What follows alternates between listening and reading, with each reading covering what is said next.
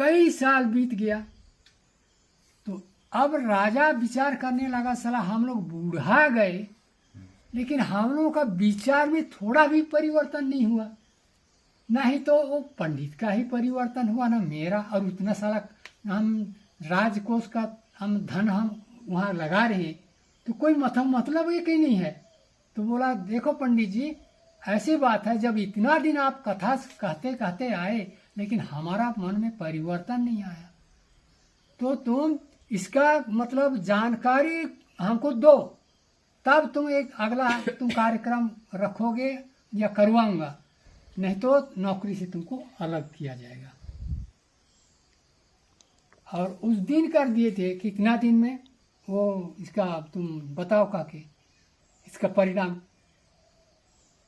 तो वो एकदम चिंतित होके अब इधर से रूनहू टाइप का होती है, अब जा रहा था ब्राह्मण। तो एक ठो बहुत बड़ा संत था कहिए, वो संत जो था तो वो देखा कि पंडित जी अब रोनवी टाइप के होके जा रहे हैं। तो पूछे कि भाई क्या है पंडित जी, आप आज बहुत दुखी और चिंतित लग रहे हैं। कहाँ कह रहे कर महाराज, मैं आज बहुत ही बड़ा असमंजस में हूँ। राजा के साथ उस पास में बहुत दिन कथा कहते कहते आ रहा था, और उसमें अब राजा ये कह दिए हैं कि हमारा मन परिवर्तन इतना दिन का है और नहीं हुआ, तो इसका तुम इतना दिन के अंदर इसका हमको जानकारी दो कि भाई कैसे में परिवर्तन नहीं हुआ मेरा मन ना, आपका भी इससे थोड़ा कोई फर्क नहीं आया, तो आप इसको मतलब जानकारी हमको दीजिए, नहीं तो नौकरी से आप अलग हैं, आपका रोजी रोटी खत्म बोला है, तो इसीलिए मैं चिंतित हूँ। तो वो बोलता है तो इसके लिए आप चिंता कर रहे हैं, मैं इसका उत्तर दूंगा, आप बस मेरे गुरु बन दीजिए, आप कहिएगा राजा के साथ पास। ये सब तो साहब बहुत साधारण सी बात है, इसको तो हमारे चेले शिष्य लोग इसको तो इसका जवाब देंगे। तो ऐसे कह के अब राजा साहब के पास मतलब वो बोल रहा है तो ठीक है, आपका चेलच को ले आना ना। तो अब गए दोनों, अब गुरु चेला बन के। तो अब संत जी बोल रहे हैं, बैठ गए, अपना अपना आसन दे दिए उनको बैठने के लिए, दोनों जन बैठ गए। तो वो बता रहा है देखो मतलब इसमें आप लोगों का परिवर्तन नहीं होने का यही कारण है। आप जैसे सोचते हैं, दोनों एक तो कथा कह रहा है, वो भी जिस प्रकार कथा कह रहा है उसके आधार पर उसका विचार भी नहीं है।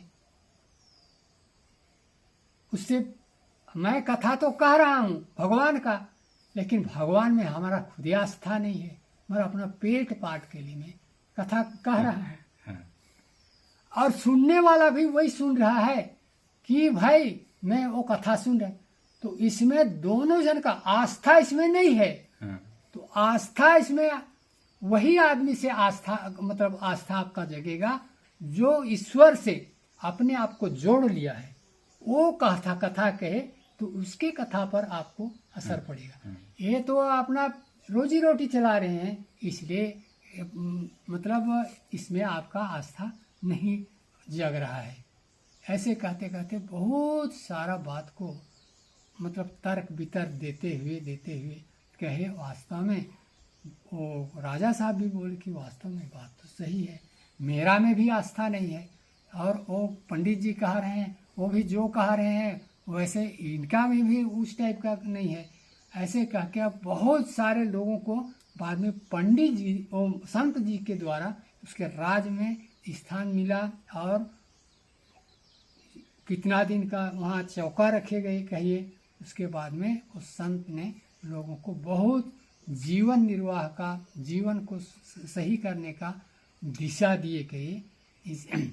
तो बाद में राजा को भी संतोष हुआ। कहीं ऐसे ही होता है, कहीं कोई भी का बात होता है तो उसको आप जब तक जीवन में नहीं तो यार देखा देखी तो हम लोग पूजा पाठ यूँ तो कर लेते हैं, लेकिन उसको गहराई में जाने के लिए अच्छा से उसको स्वाध्याय करना पड़ेगा, उसको देखना पड़ेगा, जानना पड़ेगा, जीवन को उस टाइप का बनाना पड़ेगा, तब कहीं हम लोगों का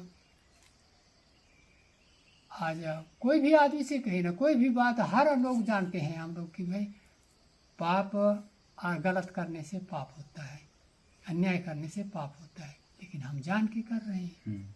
कोई भी चीज़ को अनजान से हम लोग नहीं कर रहे, जानबूझ के हम कर रहे हैं। इसलिए अपने आप का सुधार गुरु जी बोले हैं सबसे बड़ा सेवा है। तो कर्म का मतलब है मेरा तो वही है, कर्म कृष्ण भगवान भी कर्म योग को ही महत्व दिए हैं कि हम तो सांसारिक जीवन जी रहे हैं, तो सत्कर्म करते हुए मतलब फल का इच्छा किए बिना हम जो भी कर्म करें और परमात्मा का भगवान के लिए करें, तो आप जो भी कर रहे हैं वो भगवान का ही हो जाता है। अर्जुन नहीं लड़ रहा था, लेकिन उसको आप जबरदस्ती युद्ध में किया, भाई हम मतलब मैं वाला को छोड़ दीजिए,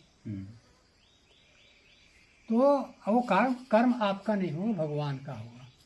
ये शब्द अर्जुन को ही बोले, तो हम लोगों का भी सोच वही होना चाहिए कि धीरे धीरे अपना एक एक ठो विचार को भी कम से कम सही करने का बनाने का प्रयास करें, तो कि ताकि आज नहीं तो कल निश्चित गुरु जी का मैं तो ये भी कह रहा हूँ, जैसे ये पंचायत सब में अभी अब देखिए ना चावल वितरण वगैरह घपला सब हो रहा है, तो इसके लिए बहुत जगह ये हो रहा है।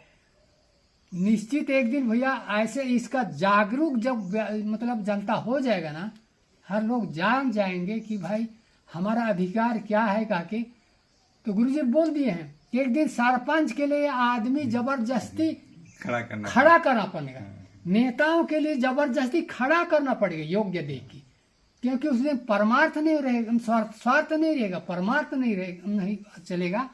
तो उस दिन लोगों को जो परमार्थी रहेगा वही तो करेगा, नहीं तो स्वार्थी लोग थोड़े ना आगे पीछे होंगे। उनके लिए तो धन दौलत रुपया से ऐश चाहिए, आराम चाहिए, तो ऐसे लोग आएंगे ही नहीं। बोल दो भगवान लखन श्यावर रामचंद्र भगवान की जय।